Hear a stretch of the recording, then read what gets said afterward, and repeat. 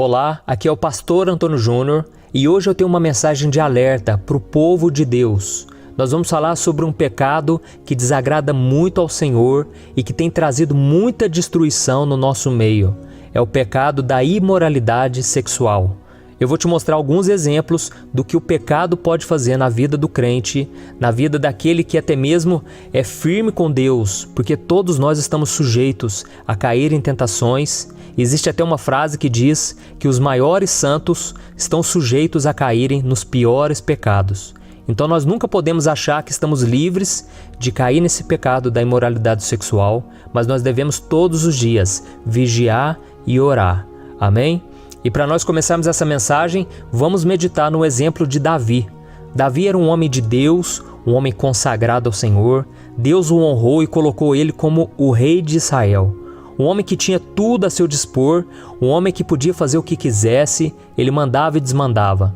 Mas isso subiu ao coração dele e ele um dia, ele estava passeando pelo palácio, ele não quis estar na frente da batalha e é aí que eu já começo a ver o problema, é aí que o inimigo começa a trabalhar. Quando nós estamos cheios de si, quando nós não queremos mais pagar o preço, não queremos mais nos esforçarmos, lutarmos, nas batalhas do dia a dia, e nós começamos a achar, eu sou filho de Deus, eu mereço um tempo de descanso, um tempo de refrigério, Deus sabe o quanto eu lutei nesses últimos anos, e a gente começa a ficar com esse pensamento, E Davi decidiu não ir para a frente da batalha, não lutar mais. E ele estava passeando numa bela tarde, e de repente ele viu pela janela uma mulher tomando banho. Naquela hora, o coração de Davi bateu mais forte, porque aquela mulher era muito bonita. E aquilo que ele estava vendo era algo incomum, era algo escondido. E tudo que é proibido é mais gostoso. Então Davi, naquela hora, ele ficou olhando e olhando aquela mulher. E esse é o outro problema. Uma coisa é você olhar, você sentir atração. Todos nós somos movidos pela aparência. A Bíblia diz isso. O homem vê a aparência, mas o Senhor vê o coração. Então é algo que está dentro de nós. Não é pecado você achar uma pessoa bonita, mas é pecado quando você olha 2, 3, 4 vezes e você começa a cobiçar aquela pessoa. E foi exatamente isso que aconteceu com Davi. Ele viu aquela mulher, achou muito bonita e depois ele mandou trazer essa mulher até a presença dele e ele descobriu que aquela mulher era casada. E então Davi estava tão cego pelo pecado que ele tomou uma decisão. Ele pediu para o marido daquela mulher estar na frente da batalha do exército de Israel, justamente para aquele homem morrer. Davi ficou tão cegado pelo pecado que ele queria se deitar com aquela mulher e ele queria tomar aquela mulher para ele, mas aquela mulher era casada. Olha o que acontece, o pecado ele traz cegueira espiritual. E nós vamos ver a consequência disso, porque depois que Davi mandou aquele homem estar na frente da batalha, aquele homem morreu e Davi se deitou com aquela mulher. E daquele relacionamento nasceu um filho. Só que Davi ele ficou quieto. Depois que ele pecou, depois que ele fez toda essa desgraça, Davi ficou na dele, não contou para ninguém. Mas Deus, o Deus criador do céu e da terra, tinha visto toda a sujeira que Davi fez. Então Deus enviou um profeta para acusar o pecado de Davi, porque a Bíblia diz que Deus, ele nos ama, ele se compadece, assim como um pai se compadece do seu filho. E Deus disciplina os filhos a quem ama. Então Deus levou o profeta Natã, para disciplinar Davi. E quando o profeta Natã chegou até Davi, ele veio contando uma história muito interessante e aquilo fez com que Davi entendesse a mensagem, mas ele não enxergou que aquela história tinha tudo a ver com a vida dele. Tudo que estava acontecendo naquela fase de Davi estava descrito nessa história. E eu vou ler para você. Está lá em 2 Samuel, capítulo 12, o versículo 1 ao 10. Olha o que está escrito. O Senhor enviou a Davi o profeta Natã. Ao chegar, ele disse a Davi: 2 homens viviam numa cidade. Um era rico e outro pobre. O rico possuía muitas ovelhas e bois, mas o pobre nada tinha, senão uma cordeirinha que havia comprado. Ele a criou e ela cresceu com ele e com seus filhos. Ela comia junto dele, bebia do seu copo e até dormia em seus braços. Era como uma filha para ele. Certo dia, um viajante chegou à casa do rico e este não quis pegar uma de suas próprias ovelhas ou de seus bois para preparar-lhe uma refeição. Em vez disso, preparou para o visitante a cordeira que pertencia ao pobre. Então Davi encheu-se de ira contra o homem e disse a Natã: eu juro pelo nome do Senhor que o homem que fez isso merece a morte. Deverá pagar 4 vezes o preço da cordeira, porquanto agiu sem misericórdia. Então Natã disse a Davi: você é esse homem. Assim diz o Senhor, o Deus de Israel: eu o ungi rei de Israel e o livrei das mãos de Saul. Dei-lhe a casa e as mulheres do seu senhor. Dei-lhe a nação de Israel e Judá. E se tudo isso não fosse suficiente, eu lhe teria dado mais ainda. Por que você desprezou a palavra do Senhor, fazendo o que ele reprova? Você matou Urias, o Hitita, com a espada dos amonitas e ficou com a mulher dele. Por isso, a espada nunca se afastará de sua família, pois você me desprezou e tomou a mulher de Urias, o Hitita, para ser a sua mulher. Olha isso, irmãos. Naquele momento, Natã contou aquela história de um homem que era muito rico, ele não precisava de nada, mas quando chegou um visitante na casa dele, ele foi lá na casa do pobre e pegou a única cordeirinha, a única ovelhinha que aquele homem tinha e matou. Naquela hora, Davi ficou com muita raiva e falou: esse homem é muito mau, esse homem merece morrer, pagar 4 vezes mais o que ele fez de errado. Então Natã falou: esse homem é você, Davi. Você tinha tudo a seu dispor, você se tornou rei de Israel. Deus fez maravilhas na sua vida e mesmo assim você foi lá, pegou a mulher daquele homem, um homem simples que amava a sua mulher, um homem de família, e você ainda mandou matar aquele homem. Olha que coisa terrível. Por causa disso, Davi, agora a espada não vai sair da sua casa, vai vir desgraça. E se nós continuarmos lendo esse texto, irmãos, nós vamos ver que o filho que Davi teve com aquela mulher, com Batseba, ele morreu. Então foi um preço muito alto, sabe? E é por isso que eu resolvi gravar essa mensagem. Eu conheço irmãos, pessoas que são da igreja, pessoas que conhecem a palavra, já tiveram tantas experiências, Deus tem abençoado, mas hoje essas pessoas estão envolvidas no pecado da carne, na imoralidade sexual. Então nós precisamos pensar 2 vezes, 3, 4, 5, antes de pecar, irmãos. Uma coisa é você olhar. Nós vemos que ali Davi, ele olhou aquela mulher. Seria como se fosse nos dias de hoje a pornografia. Você olha com seus olhos, você consome aquele conteúdo pornográfico. Isso já é algo muito ruim. Isso já é algo que te prejudica espiritualmente, te afasta de Deus e você precisa se arrepender. Você precisa lutar com todas as tuas forças, fugir da aparência do mal. Mas outra coisa é quando você comete aquele pecado, você se deita com uma pessoa. Eu sei que pecado para Deus, pecadinho, pecadão, não existe diferença, mas existem sim as consequências que são mais graves ou consequências mais leves. Um pecado de imoralidade sexual, ele pode destruir uma família, destruir vidas, ele pode trazer tanta destruição e nós precisamos fugir desse pecado, amém? Então pense muito bem antes de fazer qualquer besteira. E nós vamos ver um exemplo aqui também, o exemplo de José. José, ele fugiu da aparência do mal, porque a Bíblia diz que José, ele estava no palácio de Potifar e um dia a esposa de Potifar deu em cima de José. A esposa de Potifar começou a cantar José, começou a falar palavras sedutoras para aquele jovem. Tudo porque o homem de Deus, a mulher de Deus, tem um brilho especial. Nós temos um brilho que este mundo não tem. E nós precisamos vigiar, porque o inimigo quer apagar esse nosso brilho. Ele quer tirar de nós a santidade, tá bom? E eu quero ler com você rapidinho. Está lá em Gênesis capítulo 39, o versículo 6 ao 10. Olha o que está escrito. José era atraente e de boa aparência. E depois de certo tempo, a mulher do seu senhor começou a cobiçá-lo e o convidou. Venha, deite-se comigo. Mas ele se recusou e lhe disse: meu senhor não se preocupa com coisa alguma de sua casa, e tudo o que tem deixou aos meus cuidados. Ninguém desta casa está acima de mim. Ele nada me negou, a não ser a senhora, porque é a mulher dele. Como poderia eu, então, cometer algo tão perverso e pecar contra Deus? Assim, embora ela insistisse com José dia após dia, ele se recusava a deitar-se com ela e evitava ficar perto dela.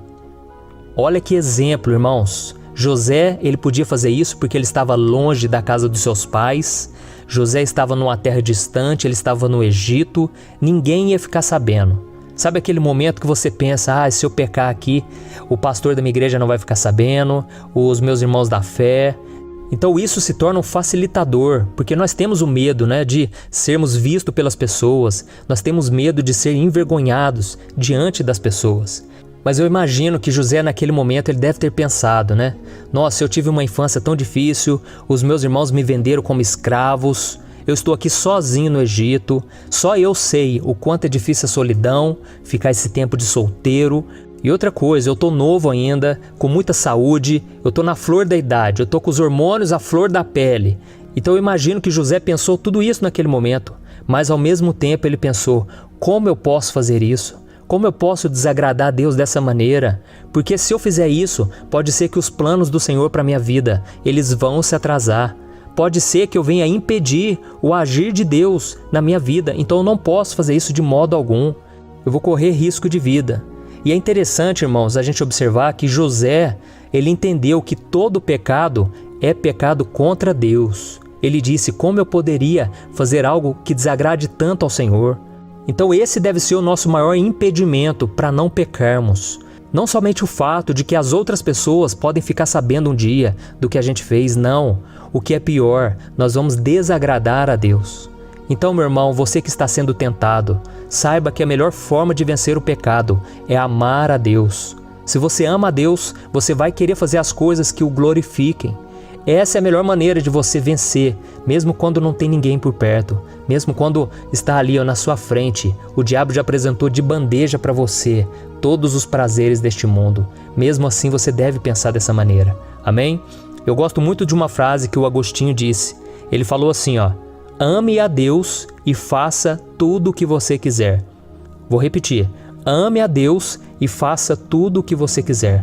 Sabe o que ele quis dizer? É que se você realmente amar a Deus como deveria, com todo o seu coração, toda a sua alma e todo o seu entendimento, você só vai desejar fazer aquilo que agrada a Deus. Foi isso que Jesus disse em João capítulo 14. Ele disse assim, se vocês me amam, obedecerão aos meus mandamentos. Então é simples assim, se nós amamos a Deus, nós vamos querer andar na presença dEle, nós vamos querer fazer o que agrada ao Senhor. Amém? E só para a gente finalizar, não quero tomar o seu tempo, eu quero ler o que o apóstolo Paulo disse em 1 Coríntios, capítulo 6, o versículo 18 ao 20. Olha o que está escrito. Fujam da imoralidade sexual. Todos os outros pecados que alguém comete, fora do corpo os comete, mas quem peca sexualmente, peca contra o seu próprio corpo. Acaso não sabem que o corpo de vocês é santuário do Espírito Santo que habita em vocês? Que lhes foi dado por Deus e que vocês não são de si mesmos? Vocês foram comprados por alto preço, portanto glorifiquem a Deus com o corpo de vocês. Amém? Eu me lembro que essa passagem me ajudou bastante, principalmente quando eu era solteiro, eu estava esperando no Senhor, eu já conhecia a palavra e eu sabia que se eu me deitasse com alguém fora do casamento, aquilo poderia destruir minha vida espiritual.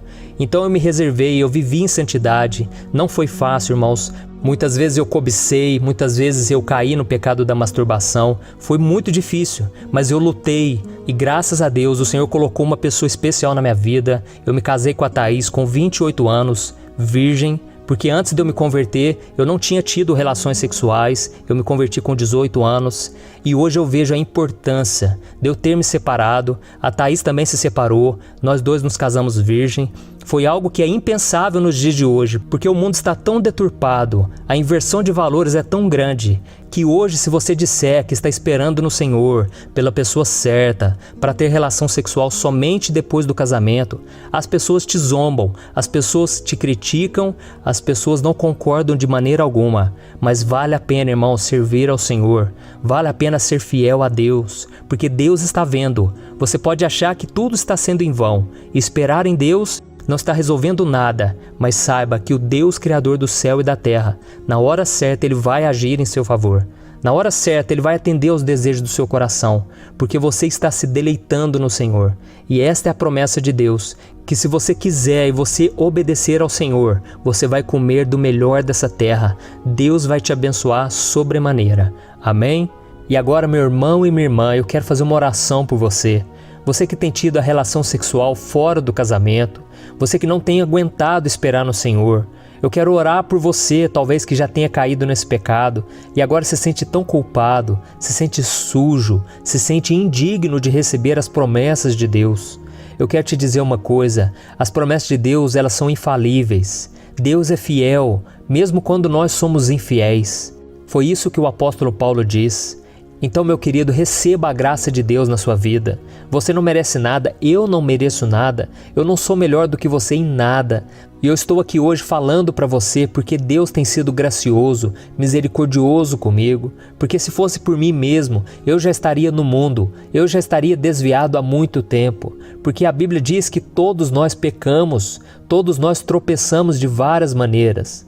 Mas Deus é fiel e Ele não deixará que a gente seja vencido pelo pecado se nós confiarmos nele e buscarmos a presença dele. Amém? Então, se você puder, feche os seus olhos e vamos orar. Senhor, meu Deus e meu Pai, eu me coloco agora diante da Tua presença para Te agradecer, Senhor, porque o Senhor é o nosso socorro, o nosso refúgio. O Senhor não tem pedra nas mãos para nos atacar, para nos condenar.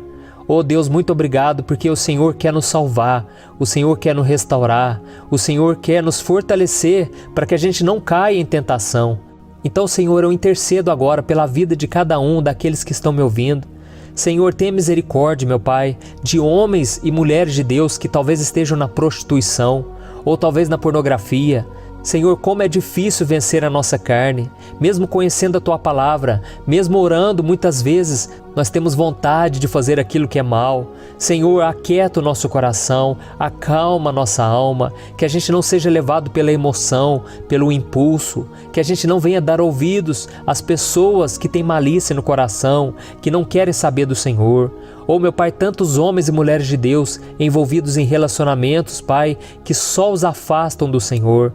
Tem misericórdia, Senhor, e nós estamos aqui declarando que seja feita a Tua vontade, não a nossa. Se algo, meu Pai, está nos atrapalhando a buscar ao Senhor, que o Senhor possa tirar da nossa vida.